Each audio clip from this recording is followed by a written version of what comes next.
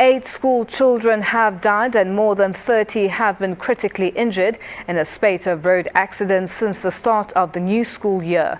The South African Road Federation has appealed to government to prioritise a change in legislation pertaining to the transportation of vulnerable road users, particularly learners. Earlier, we spoke to Basil Jonsson, Operations Director at SARF, about the spike in accidents involving school children. SARF, the South African Road Federation, was formed in 1950. We represent all the major road players in South Africa, from SANRAL, Department of Transport, the metros, a lot of the consulting engineers, and we represent that industry in South Africa. We have seen a continuing spike in these road crashes. What do you think is exacerbating this? What makes this worse? As a road federation, we are horrified to see that some of the vehicles that take children to school are really unroadworthy, in a very bad state. We've seen this in some of the inspections that we've done, and that is why we wrote the article that went into the news. You are calling for legislation to be put in place. What sort of legislation would you like to see put in place?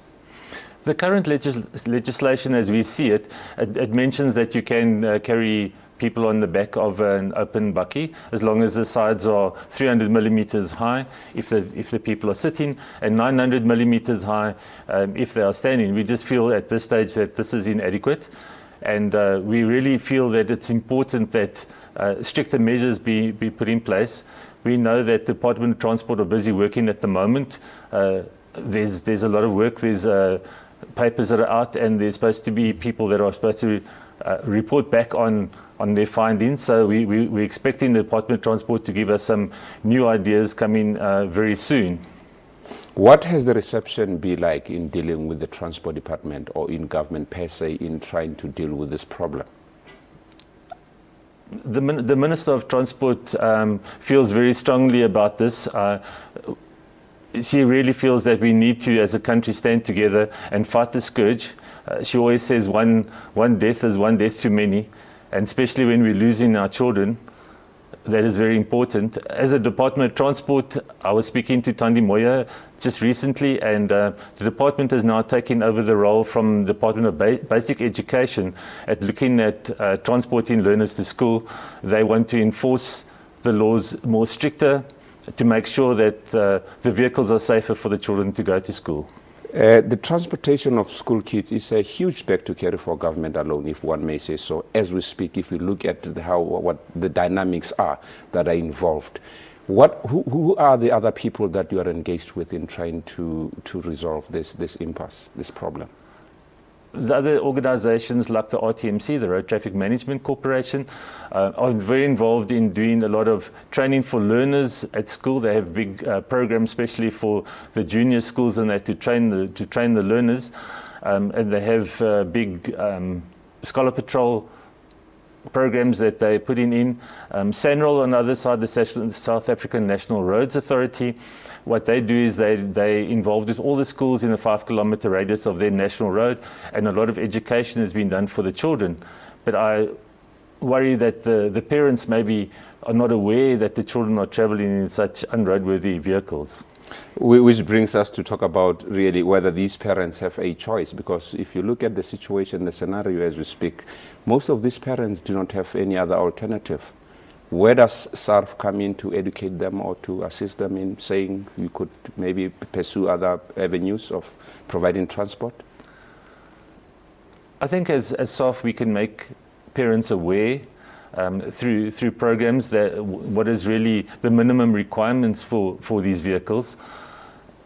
I think the big thing is they need to actually climb into the vehicles themselves, and as parents, if they see that the vehicle is really unroadworthy, I understand the situation financially that maybe they can't afford it, but you know, to lose a child is a terrible thing. I would say it's important for them to make sure that the vehicles are safe, and even put pressure onto the schools to not allow these vehicles to be transporting their children to and from schools. Let's talk about the legal processes that have taken place that involve all the other people who have been, say, arrested after they were found to have flouted the law in these kind of accidents. Do you think that judicial processes have not been sufficient in taking punitive measures against those involved? In many cases, yes, I agree with you. I don't think the measures have been taken place. I know there's a meeting today in Parliament with the Justice Department to discuss these things at this very moment as we speak now.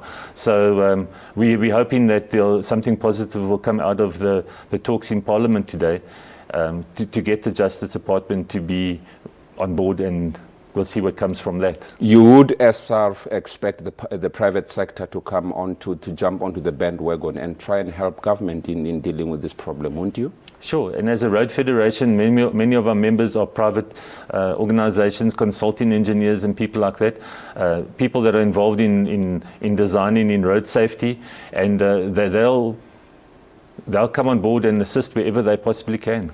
There are other areas in the world where you discover that school transport is well advanced. Are there any areas, are there any parts of the world where you as SARF and as government and as the private sector can learn and come up with a module that can resolve this problem once and for all? There are. The South African Road Federation is a member of both the International Road Federations in Geneva and Washington, and we've received a lot of information, especially out of the Scandinavian countries, on their scholar transport. Obviously, they're far more advanced than that we are, and there's a lot that we can learn from them and really bring those things home to South Africa. And what would you think would be the best module in this regard, briefly? I think the big thing really is the whole thing of enforcement. We see that as really playing a major part.